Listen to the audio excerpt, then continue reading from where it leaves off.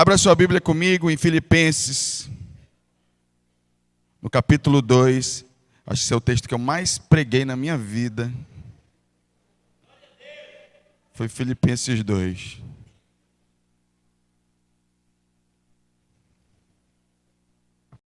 Aleluia. Quem não trouxe Bíblia, você vai poder acompanhar pelo Data Show. Nós vamos ler o texto e aí Aliás, nós vamos fazer diferente hoje. Nós vamos orar e depois nós vamos ler o texto. Porque eu já preciso emendar a linha de raciocínio que o Espírito Santo quer trazer nessa noite. Então, feche seus olhos, em nome de Jesus. Querido Espírito Santo, nós estamos aqui domingo de Páscoa. Hoje é um dia onde nós vamos lembrar, nós vamos rememorar aquilo que o Senhor fez por nós, por meio do memorial que a ceia é.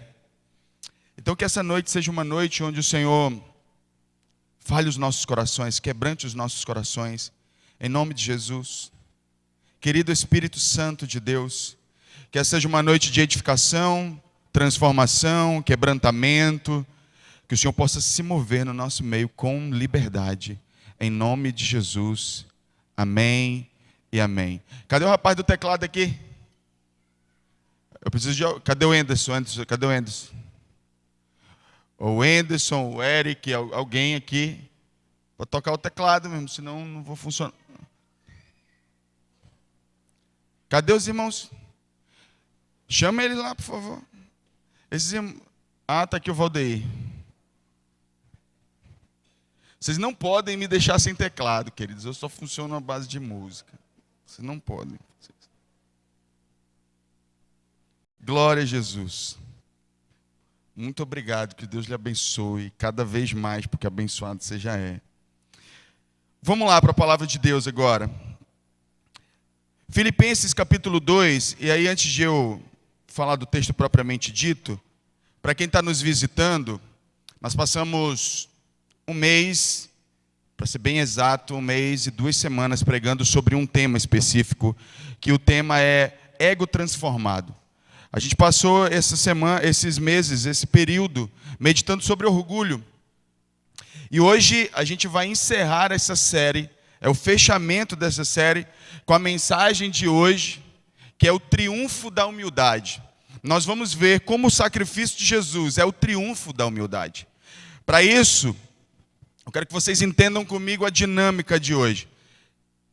Normalmente, quando a gente vai pregar, algumas vezes você vai ouvir uma pregação que ela é de um texto específico, e a gente vai ali falando sobre aquele texto específico. Hoje nós vamos fazer vamos meditar de maneira panorâmica, uma maneira geral, sobre a obra de Cristo na cruz.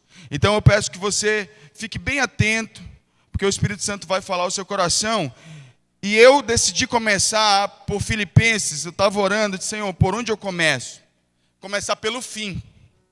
Porque Filipenses 2, do 8 em diante, é o resultado final da obra de Cristo. É aquilo que, depois de tudo que Jesus passou, e é curioso que esse resultado final, ele vem dentro de um contexto muito interessante de Filipenses, que é sobre humildade. Capítulo 2 de Filipenses, se você observar aí na sua Bíblia, está lá a humildade cristã. E do verso 8 em diante, tem esse fechamento glorioso do que representa a obra de Cristo para nós. Diz assim o texto: E sendo encontrado em forma humana, humilhou-se a si mesmo, e foi obediente até a morte, e morte de cruz. Por isso Deus o exaltou à mais alta posição, e lhe deu o nome que está acima de todo nome, para que ao nome de Jesus se dobre todo o joelho nos céus, na terra e debaixo da terra. Toda língua confesse que Jesus Cristo é o Senhor, para a glória de Deus Pai. Amém? Observe, eu já falei isso em outras ocasiões, mas eu vou falar para que todo mundo possa acompanhar a linha de raciocínio. Volta lá no versículo 8, porque o versículo 8 para o 9... vai ter ali eu estava estudando com a minha filha português, e aí eu descobri que isso é uma locução Eu esqueci, locução é alguma coisa, né? Que liga duas ideias. Eu esqueci agora.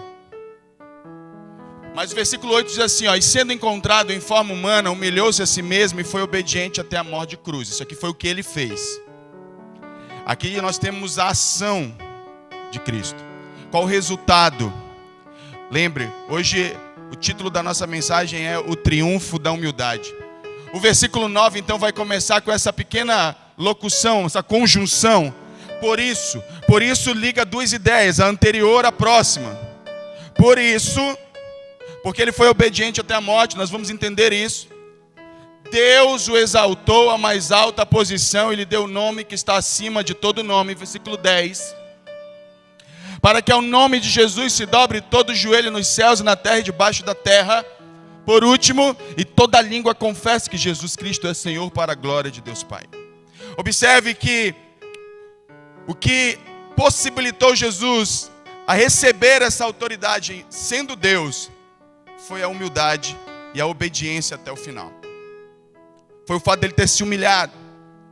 E hoje, noite de ceia, eu queria falar um pouquinho com você sobre essa história até chegar aqui. Esse aqui é o resultado final. Nós sabemos que Jesus foi à cruz, ele triunfou. Ele triunfou sobre a morte. Ele triunfou sobre o pecado. E o Senhor então nos dá acesso por meio dessa morte a Ele.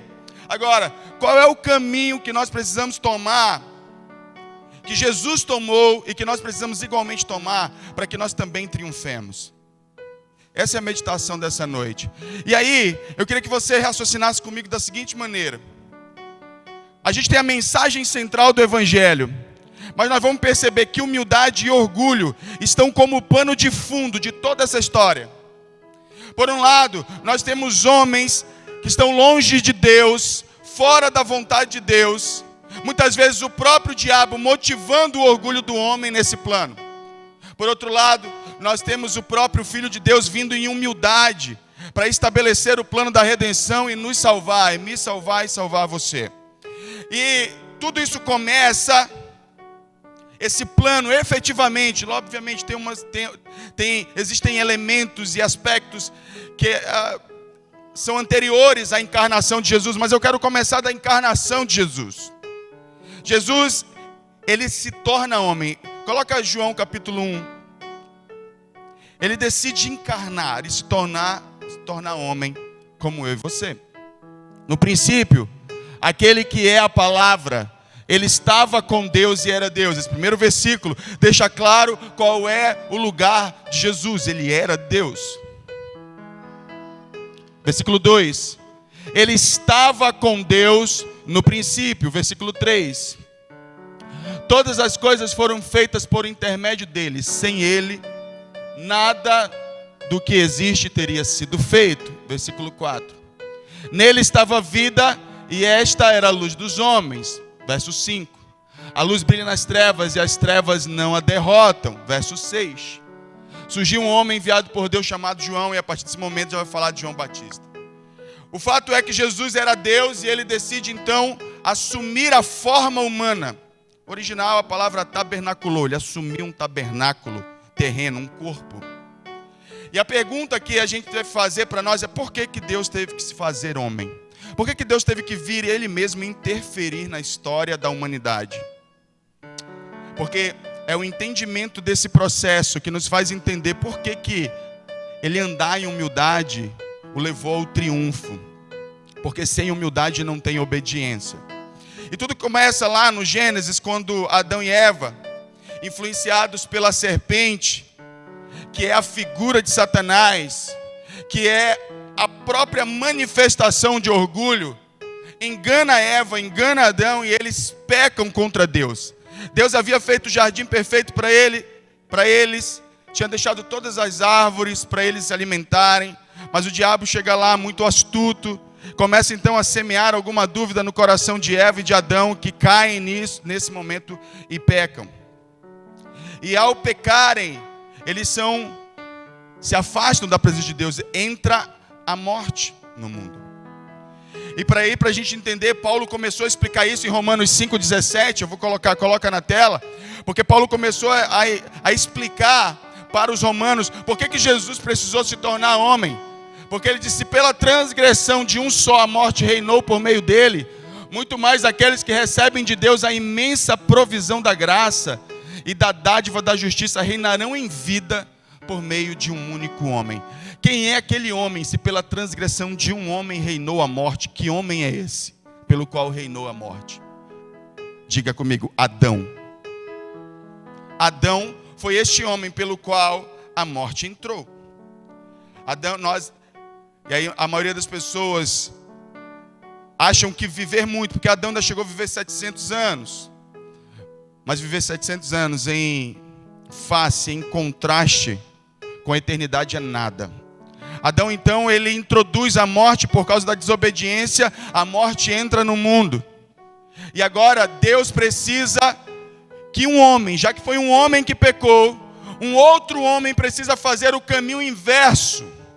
E na Bíblia nós tivemos vários homens de Deus, mas nenhum foi bom o suficiente para cumprir cabalmente o plano de obediência a Deus.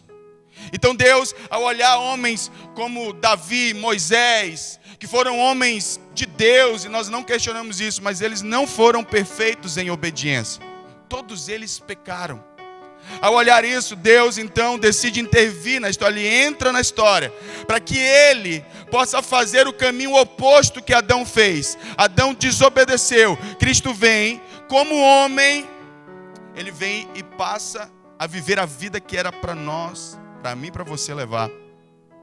E ele faz o caminho oposto até a obediência.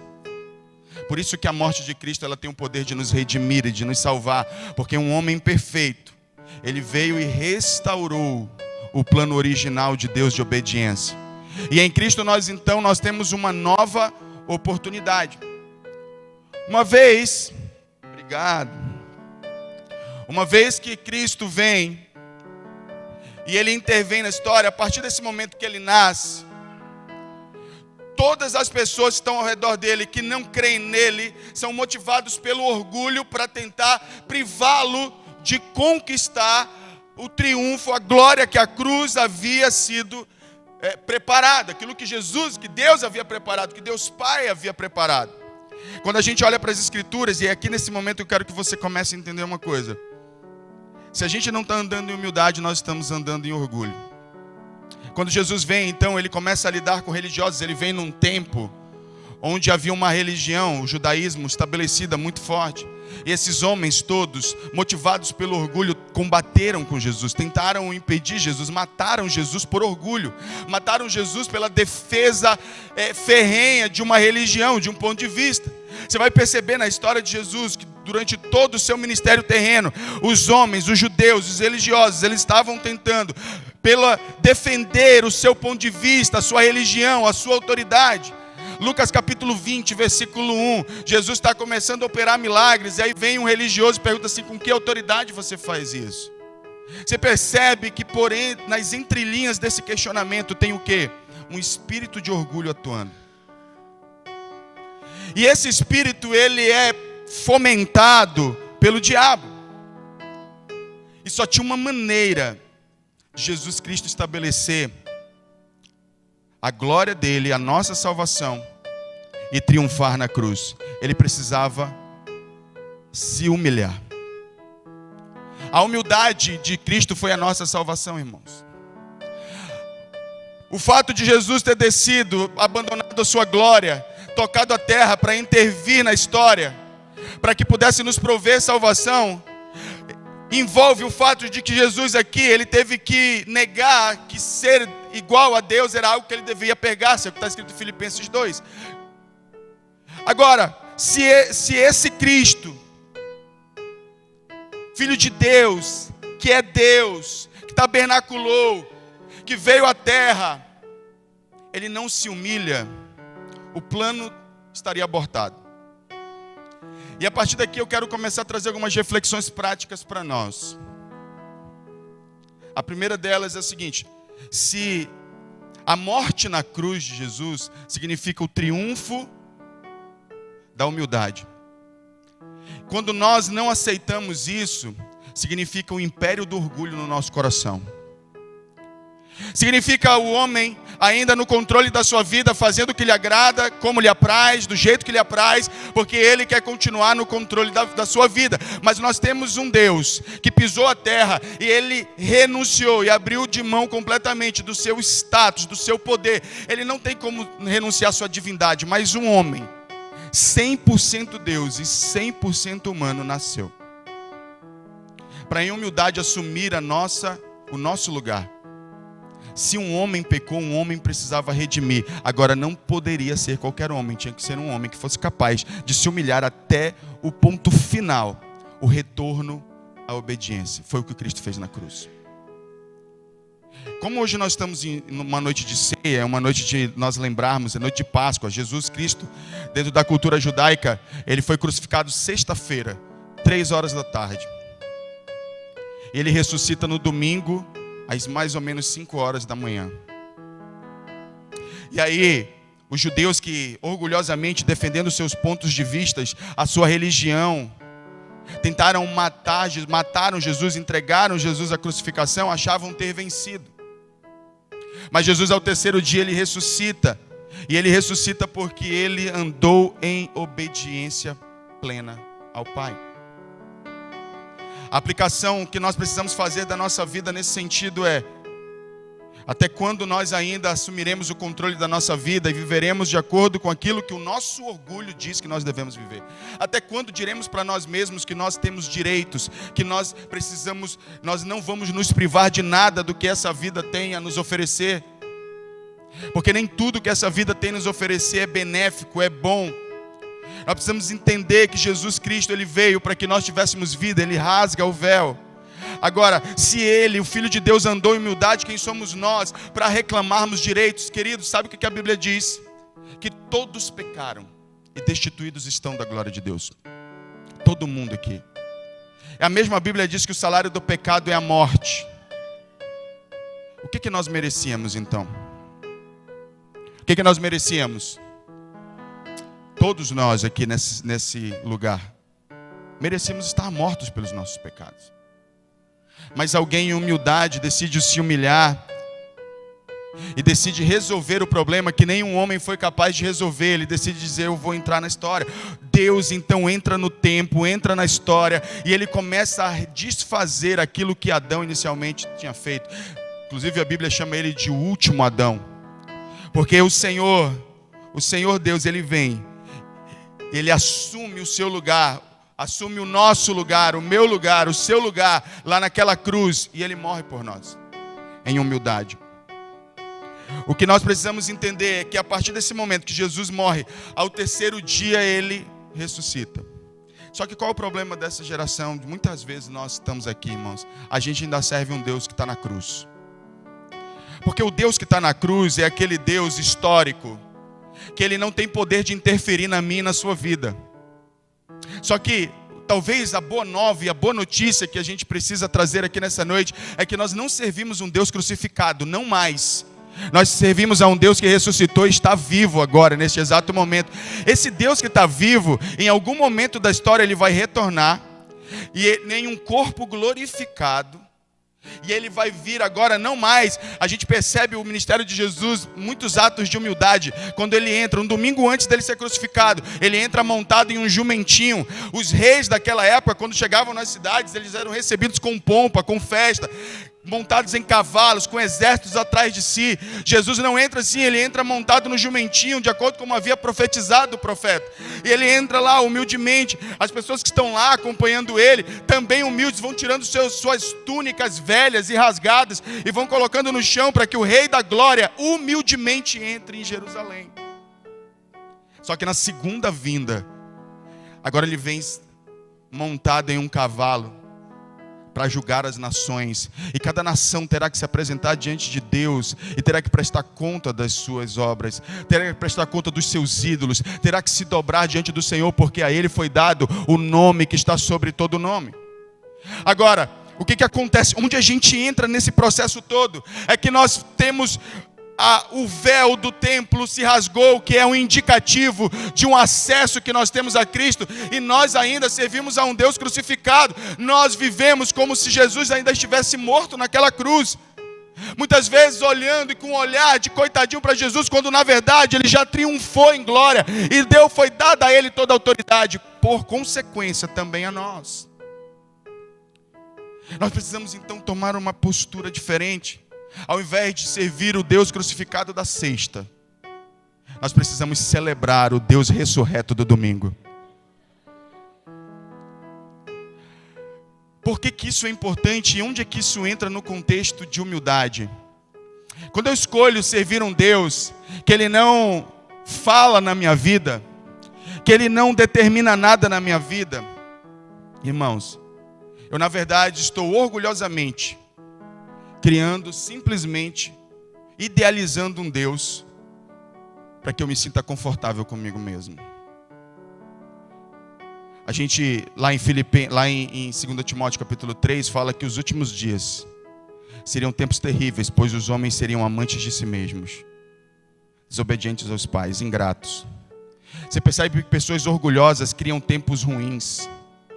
Só que lá no final desse texto, eu estava falando isso com os irmãos ontem lá na comunidade, as pessoas elas têm aparência de piedade, elas dizem acreditar num Deus, só que o Deus que elas acreditam ainda está numa cruz. Ele não tem poder para definir nada na vida dessas pessoas. Eu queria te perguntar hoje aqui nessa noite, querido, nós estamos aqui diante do memorial de Cristo. Jesus morreu. E Jesus morreu não só simplesmente para que você pudesse lembrá-lo nessa data, mas para que Ele pudesse governar a sua vida. Nessa noite, o meu convite para você, ao pensar sobre o triunfo da humildade, é que esta mesma humildade que guiou Jesus até a cruz, para que Ele fosse obediente até a morte, essa humildade precisa estar no meu e no seu coração, a ponto de dizermos para Deus: Senhor, eu preciso do Senhor. Eu não consigo sozinho. Eu não posso, Senhor, continuar daqui em diante pelas minhas próprias forças. Afinal de contas, a maioria de nós está talvez...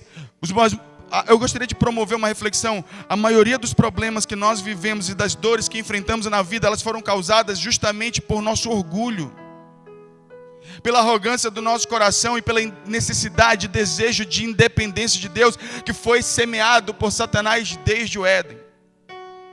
Quando Paulo está ensinando a Timóteo, no primeiro livro dele, capítulo 3, versículo 6, ele está falando sobre como levantar liderança.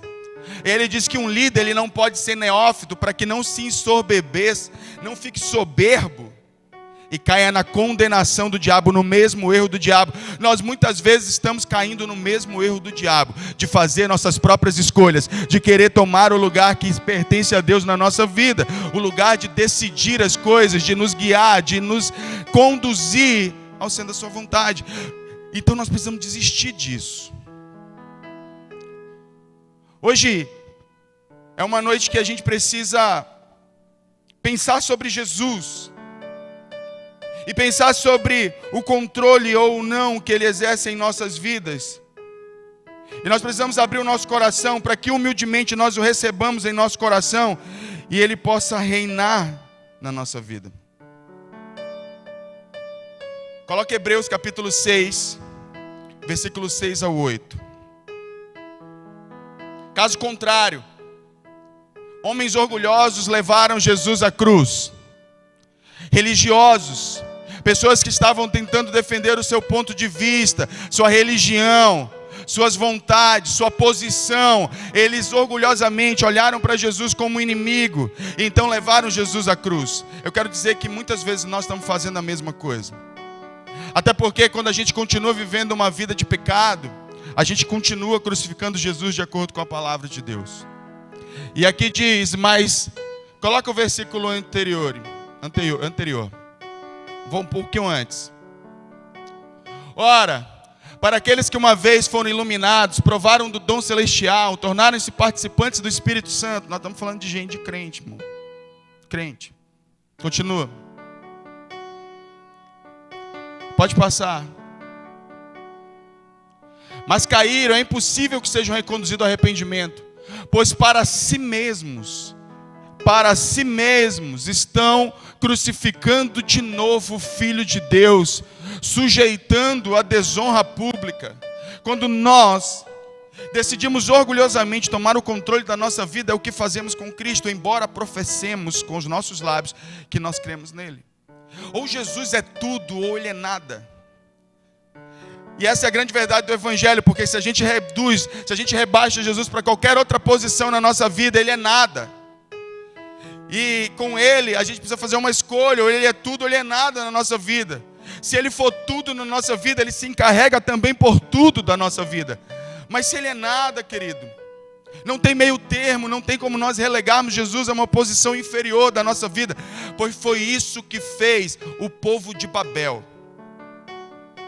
O povo de Babel, o povo da Babilônia, inicialmente Babel, Gênesis capítulo 11, é um povo que queria chegar ao céu, queria chegar a Deus.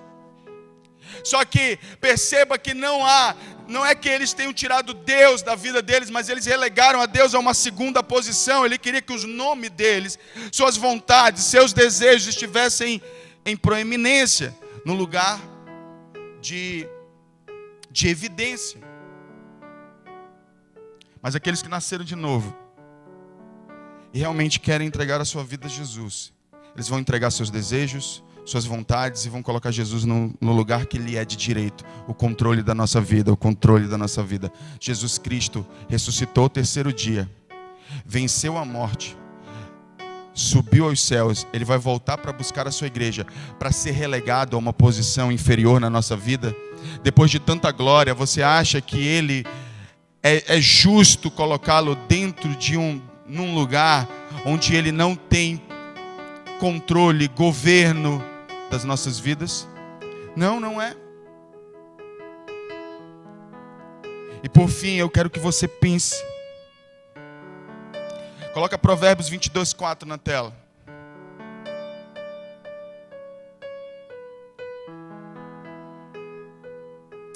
A recompensa da humildade e do temor do Senhor são a riqueza, a honra e a vida.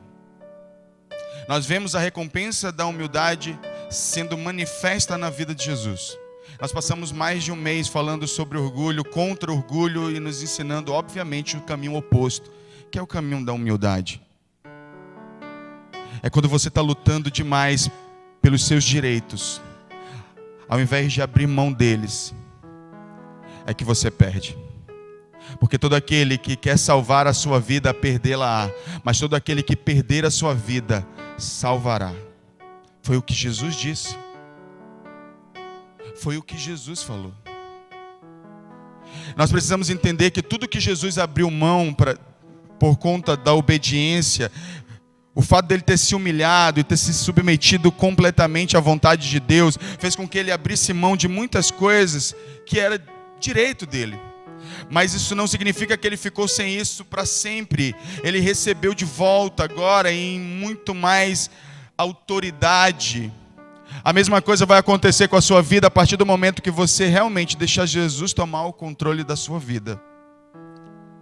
E você parar de fazer as escolhas fundamentadas simplesmente nos seus desejos ou no seu orgulho. Porque todas as decisões que a gente toma fundamentada no orgulho, ela só tem um alvo: nos proteger. E se você cuida de você, Deus não vai cuidar de você, porque você já está nesse lugar, nesta posição. Se você quer experimentar o cuidado de Deus na sua vida, você precisa abrir o seu coração humildemente, para que aquilo que Jesus fez na cruz te alcance. Hoje eu fiz questão de só trazer uma retrospectiva, porque hoje eu acredito que o culto por si, o memorial, ele deve falar por si sobre o que Jesus fez, sobre quem ele é, e eu queria trazer à memória isso.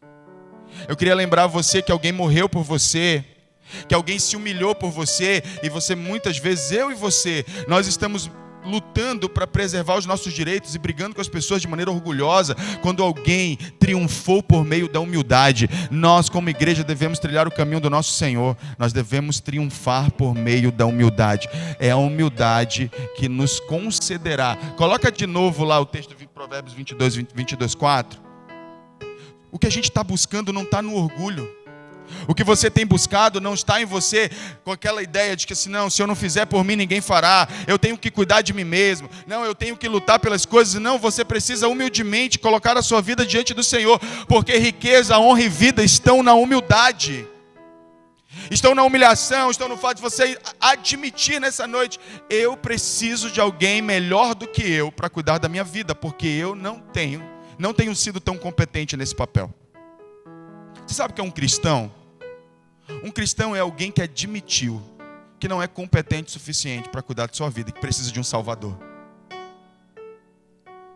É essa humildade que Jesus prega na sua vida, e é essa humildade que ele requer dos seus discípulos quando ele diz em Mateus 11:29: aprendei de mim que sou manso e humilde de coração.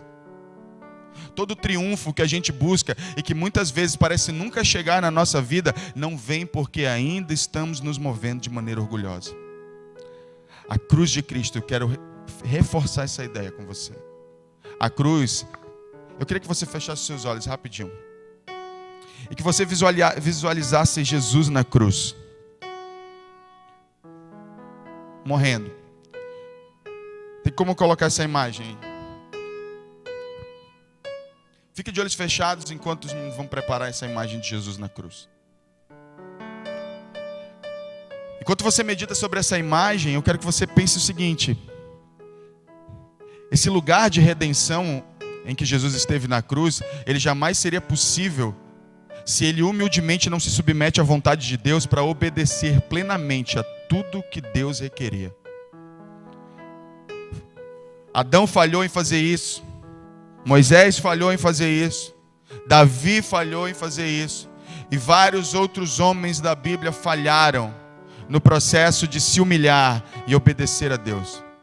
Mas o Deus que se fez carne, que assumiu a posição dele de homem, em humildade morreu por nós na cruz. Por que você ainda quer continuar controlando sua vida? Eu queria convidar você a abrir mão desse controle. Está dando certo, irmão? Não está dando certo. É angústia atrás de angústia, medo atrás de medo, preocupação atrás de preocupação, dores atrás de dores, decepções atrás de decepções, frustrações atrás de frustrações. Por que você não faz igual a Jesus? Se humilhe. Se humilhe diante de Deus. Diga: Deus, eu preciso de ajuda, eu preciso do Senhor. Eu entrego o controle da minha vida ao Senhor nessa noite. Esse é o chamado de Cristo para nós. A humildade triunfou na cruz, ela precisa triunfar na nossa vida. Olhe para cá, para esse vídeo aqui.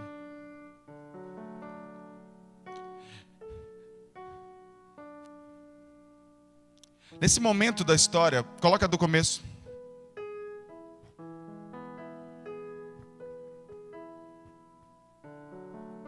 Nesse momento estão alguns discípulos aqui. A grande maioria fugiu com medo. Alguns fugiram.